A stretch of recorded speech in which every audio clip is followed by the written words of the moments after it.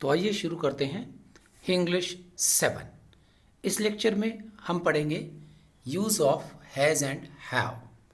आपको सबसे पहले मालूम होना चाहिए हैव एक बेस वर्ब है जिसकी 3 फॉर्म्स हैज़ और हैव के रूप में चलती हैं।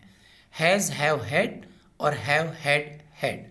आगे हम पढ़ेंगे ऐसे ऐसे सेंटेंसेस भी जिसमें लगातार 2 बार हैड, हैड भी आ जाता है और हैव, हैड भी आ जाता है। अभी इस लेक्चर में use of has, have as helping verb as well as main verb. Had जो है हैड इन्हीं की पास्ट फॉर्म होती है और इन सब को हेल्पिंग वर्ब और मेन वर्ब के रूप में यूज़ कर सकते हैं। देखिए, हैज़, हैव का एक्चुअल हिंदी में मतलब होता है रखना या पास में होना, यानी पोजेशन।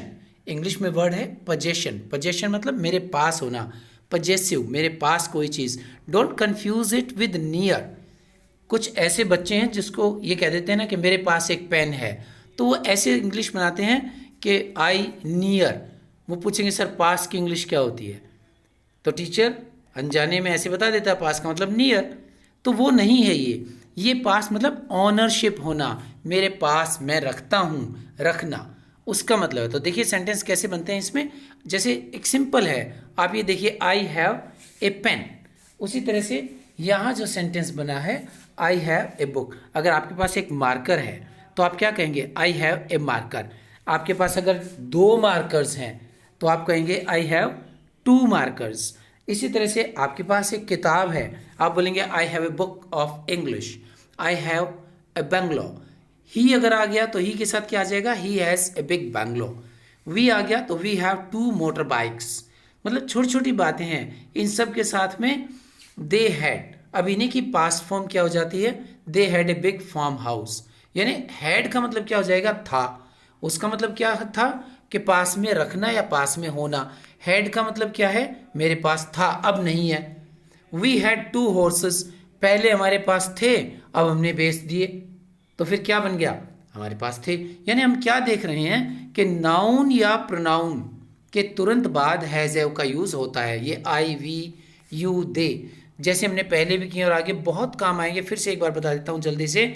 आई, वी, यू, दे या फिर एनी प्लूरल जो होगा उसके साथ क्या यूज़ होता है, हैव। इसी तरह से ही, शी, इट या थर्ड पर्सन सिंगुलर जो होता है उसमें हैज़। अभी हमने पढ़े थे थर्ड पर्सन सिंगुलर, इससे पहले वाले में first person, second person, third person. और जिस तरह पहले हमने डिड के साथ किया था उसी तरह से इसमें भी क्या होगा, I, we, you, they, he, she, it, any plural singular, इन सब में क्या यूज हो जाएगा, हैड। तो ये बात याद रखिएगा कि विद नाउन और प्रोनाउन प्रीसीडिंग बोलते हैं इसको, आगे आएंगे और उसके तुरंत बाद क्या आ जाएगा, हैज, हैव या हैड। इसके बाद इन्हीं का अगर हम इंटरोगेटिव बनाएंगे, इनके नेगेटिव इंटरोगेटिव में थोड़ा सा ट्विस्ट है। किस तरह से, सीधा सा नहीं आता। जैसे हमने क्या बनाया था पहले कि this is a pan, is this A pan. फिर मैं बोलूँगा this is not a pan. उस तरह से नॉट का यूज़ नहीं होगा, इस तरह से नहीं होगा जैसे ये आ गया दे had a big form, they had not a big form, ऐसा नहीं होगा। थोड़ा सा चेंज है। पहले इंट्रोगेटिव करते हैं कि हैज़, हैव या हैड। आउट, आउट का मतलब क्या है कि ये बाहर आ जाएंगे। बाहर कहाँ, सेंटेंस से बाहर निकल जाएंगे। इन तीनों को सेंटेंस से बाहर ले जाएंगे, यानी आगे आ जाएंगे, फर्स्ट पोजीशन पे आ जाएंगे, हैज, हैव और हैड। जैसे एग्जांपल देखिए, China has a good vaccine for corona. तभी तो अब चाइना में बहुत से केसेस नहीं आ रहे ना, गुड वैक्सीन। अब क्या है कि सिर्फ हम क्या करेंगे, हैज़ को बाहर ले जाएंगे। क्या बन गया, has China a good vaccine for corona. क्या चाइना के पास कोरोना के लिए बहुत अच्छी वैक्सीन है। We have a good immunity power. हम इंडियंस की अच्छी इम्यूनिटी पावर है। तो फिर इसमें भी हमने क्या किया, ये जो मेन वर्ब के रूप में यूज़ हो रहा है इसको बाहर ले आओ। बाहर यहाँ पे लाने से क्या बन गया, have we a good immunity power, यानी इंडियंस की अच्छी इम्यूनिटी पावर है, इसीलिए हमारे यहाँ rate of corona virus spreading थोड़ा सा कम है और कम ही रहना चाहिए। We all pray. इसी तरह नेगेटिव में अब थोड़ा सा ट्विस्ट क्या बताया, वो कैसे है, देखिए हैव, हैज़ और हैड, इनके साथ में क्या लगता है, हैव जहाँ भी होगा हैव के साथ क्या लगेगा, डू लगेगा। Has singular, third person singular वाली बात है तो फिर डज लगेगा। हैड जैसे डिड के साथ I we you they he she it सभी लगे थे, वैसे हैड के साथ डिड लग जाएगा। और ये पास्ट में होता है। जैसे देखिए अब ये नहीं बना कि I have not a good book of English, अब क्या बनेगा, I don't have a good book of English. इसी तरह he doesn't have a good book of English या he doesn't have a big bungalow.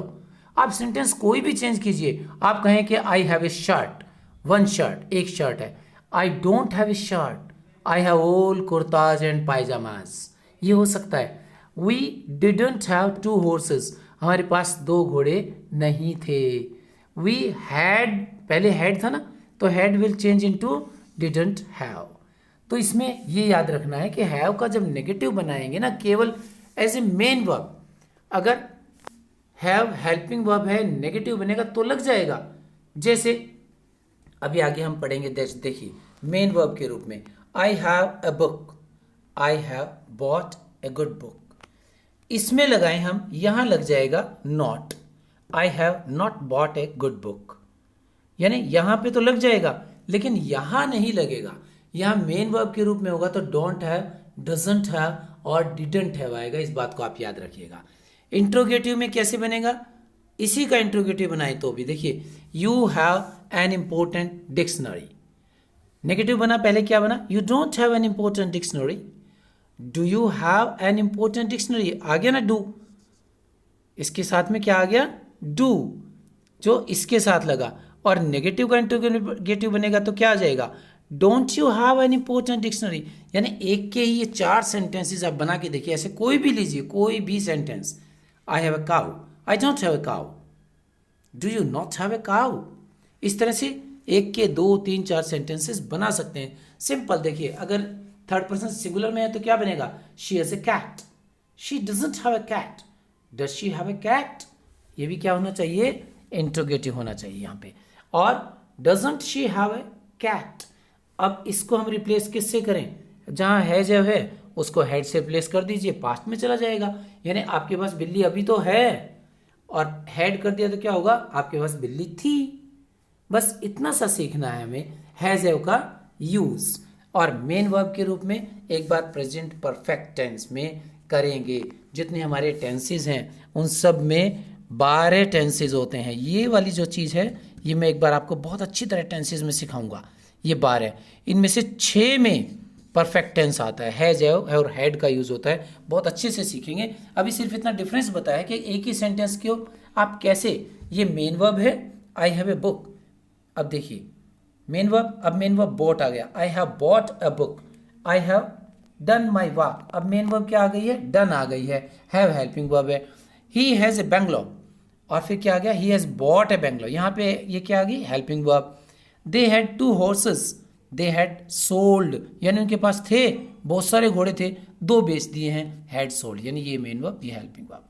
तो अब आगे बढ़ने से पहले इनको टेंसेज में डिटेल में करेंगे, बस छोटा सा 1 या 2 मिनट के लिए हैविंग का यूज़ और सीखते हैं, बहुत अच्छा यूज़ है, सीखेंगे। और हेल्पिंग वर्ब हैव से ही हैविंग बना है, और हैविंग ऐसा लग रहा है कि प्रोग्रेसिव फॉर्म है हैव की। जिस तरह से हम यूज़ करते हैं आई have 2 books of GK, general knowledge, उसी तरह हम ये सोचते हैं कि ऐसे यूज़ कर दें कि आई am having 2 books of GK, लेकिन ये गलत हो जाएगा, एब्सोल्युटली रॉन्ग। क्यों? क्योंकि हैविंग किस में, खाने पीने की चीज़ों में यूज़ होता है, और टेक के साथ, जैसे आई am having my dinner now, ये बिल्कुल ठीक है, मैं अब अपना रात्रि का भोजन कर रहा हूँ। आई हैव माई डिनर गलत हो जाएगा अगर मैं ये कहूँगा ना आई हैव माई डिनर, इसके बजाय अगर खाने पीने की चीज़ें हैं, जैसे हैविंग का यूज़ कहाँ होता है, having is use to replace eating, drinking और टेकिंग बाथ एट्सेट्रा, इस तरह की चीज़ें, या फिर समथिंग हैपनिंग एट प्रेजेंट, अब जो हो रहा है, या आपका कोई भी experience.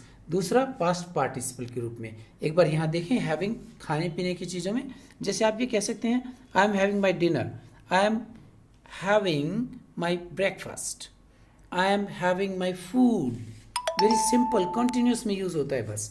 Are you having your coffee, यानी एन्जॉइंग, यानी ले रहे हैं। My father is having his bath, इस सेंस में, यानी टेकिंग की सेंस में। यहाँ हैविंग किस में यूज हो रहा है? टेकिंग की सेंस में। अब my father is taking his bath, यानी having. At present he will see you later. See मतलब आपसे बाद में मिलेंगे, सी का मतलब देखना नहीं, यहाँ पे मिलना है। इसी तरह से अगर आपका एक्सपीरियंस है तो उसमें भी कैसे यूज हो सकता है ये? We are all having a tough time nowadays. आजकल कोरोना की वजह से बड़ा मुश्किल समय। I am having a problem in downloading. ये जो डाउनलोड चल रहा है इसमें प्रॉब्लम आ रही है, मतलब आपका एक्सपीरियंस है तो भी कंटिन्यूस फॉर्म में हैविंग यूज हो सकता है। लेकिन ज़्यादातर खाने पीने की चीज़ों में, करने में, लेने में, एंजॉय करने में। एक और यूज़ आप सीख लीजिए बस हैविंग का छोटा सा। हैविंग कंप्लीटेड माई होमवर्क, ये किस में होता है? हैविंग के साथ पास्ट पार्टिसिपल। पास्ट पार्टिसिपल जिसको हम कुछ एक बुक्स में परफेक्ट पार्टिसिपल के रूप में भी यूज़ करते हैं और पढ़ते भी हैं। इसको डिटेल में पढ़ेंगे, नॉन फाइनाइट की फॉर्म कैसे यूज़ होता है, बस इतना याद रखिएगा। हैविंग के साथ पास्ट पार्टिसिपल यानी थर्ड फॉर्म। जैसे having completed my work I went to market, यानी आपका एक काम पूरा हो गया उसके बाद आप मार्केट गए। काम पूरा होने के बाद आप सिंपल इतना भी कर सकते हैं, कंप्लीटिंग माई वर्क, यानी या फिर आफ्टर कंप्लीटिंग माई वर्क। ये दो बातें भी इसमें हो सकती हैं, कंप्लीटिंग या आफ्टर के बाद फर्स्ट फॉर्म में आईएनजी लगा दीजिए तो भी ये चलेगा। हैविंग रेड, यानी ये read, read, read third form है past participle. Having read Ramayana I can now tell you complete story. पढ़ने के बाद एक इस सेंस में भी यूज़ होता है। आपसे कोई गलती हो गई है, आपने कुछ गलत कह दिया है, आप कहेंगे I feel sorry having sad that. अरे मैंने ये कह दिया, कोई बात नहीं। आई रिग्रेट, रिग्रेट होता है पश्चाताप, ये कह दिया तो मैं क्षमा चाहूँगा।